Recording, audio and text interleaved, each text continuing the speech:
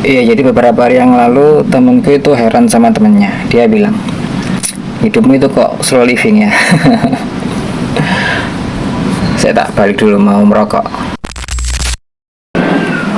Ya namanya hidup slow living itu ya santai.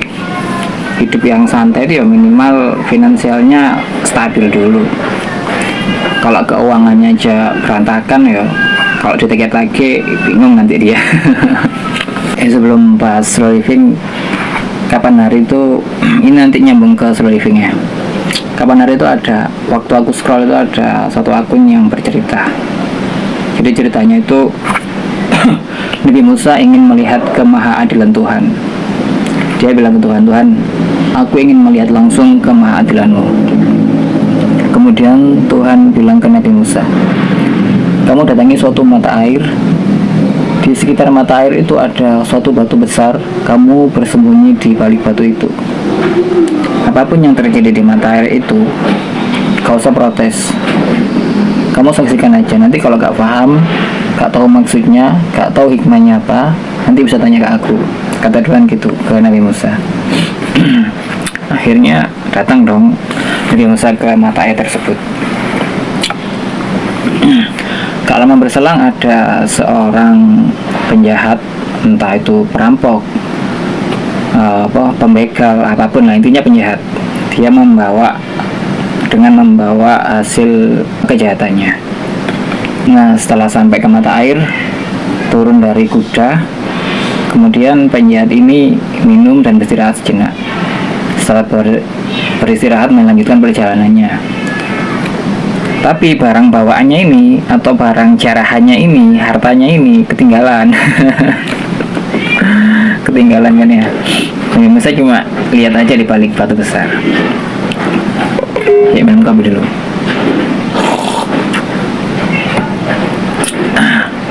Gak lama berselang, seorang pemuda datang beristirahat, minum, beristirahat, kebalik ya. Terus kamu lihat loh, kok ada bungkusan. Dilihat dengan bungkusannya, dibuka. Wih, banyak uang guys. Wih, ya uang, ya emas, ya macam-macam kan, namanya hasil rampokan atau hasil kejahatan kan ya. Terus dibawa pulang sama pemuda itu. Dibawa pulang. Mungkin Nabi Musa ngelihatnya dari balik batu itu enak. dapat rezeki nomplok ini. Sang pemuda ini. Pulang dong sang pemuda. Gak lama berselang datang seekor semen. Datang satu orang tua, dia buta. Jadi orang tua ini datang sendirian, buta. Ya mungkin sudah hafal jalannya mungkin ya. Datang ke situ, minum dari mata air itu, sama istirahat sejenak. Setelah itu bersiap-siap melanjutkan perjalanannya. Nah, sesaat akan melanjutkan perjalanan, si penjahat ini atau perampok ini itu datang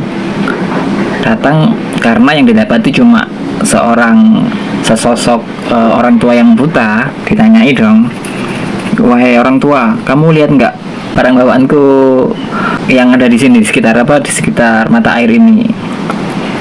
Terus dikata orang tua ini, aku nggak bisa melihat, mataku buta. Ya karena yang merampok ini gak sabaran, langsung dipenggal itu, yang orang tua buta ini langsung dipenggal. Nabi Musa heran dong, loh kok dipenggal? Padahal orang tua gak berdaya dan jelas-jelas kelihatan buta. Heran dong Musa. Kemudian Nabi Musa menghadap Tuhannya dan bertanya, ya Tuhan, aku bingung kemahaadilanmu itu di mana. Sekarang jelaskan kepadaku apa hikmah dari atau apa cerita hikmah di balik kejadian itu yang aku lihat di mata air itu. Kemudian Tuhan menjelaskan, waktu pemuda itu datang dan dia menemukan harta, kemudian harta itu dibawa pulang.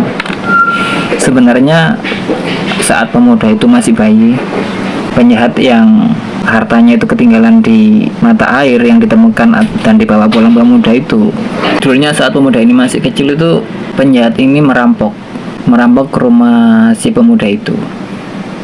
Kemudian pemuda itu bertumbuh menjadi besar dan akhirnya menemukan harta di mata air yang ternyata harta ini milik perampok yang pernah merampok keluarganya di waktu bayi, dia masih bayi. Jadi ini adalah balasan dari perbuatan perampok yang mengambil hartanya atau harta keluarganya waktu dia masih bayi. Itu hikmah yang pertama. Kemudian hikmah yang kedua, saat orang tua yang dipenggal itu, ternyata orang tua itu waktu dia masih muda, masih gagah, dia itu juga perampok. Orang tua ini dulunya pernah merampok suatu keluarga, rumah suatu keluarga, dan bukan hanya merampok, orang tua ini membunuh ayah dari satu keluarga yang dirampok itu. Hanya tersisa ibu dan anak, seorang anak. Dan anak yang dirampok ini, yang orang tuanya ini dibunuh oleh orang tua yang buta ini waktu masih muda, masih gagah kan ya, tumbuh menjadi besar. Setelah tumbuh menjadi besar, dia juga menjadi perampok. Dan perampok ini adalah yang datang ke mata air dan hartanya ketinggalan.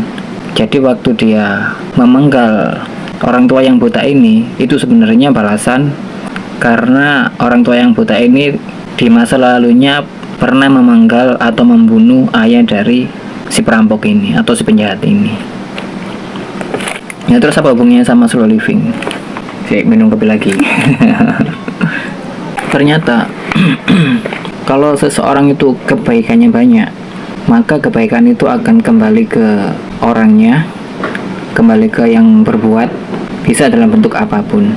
Jadi walaupun seseorang itu finansialnya gak bagus-bagus amat, tapi kalau kebaikannya banyak, di saat dia butuh apapun, itu selalu ada aja balasan, selalu ada aja pertolongan atau kemudahan. Juga lain karena balasan dari perbuatan baiknya.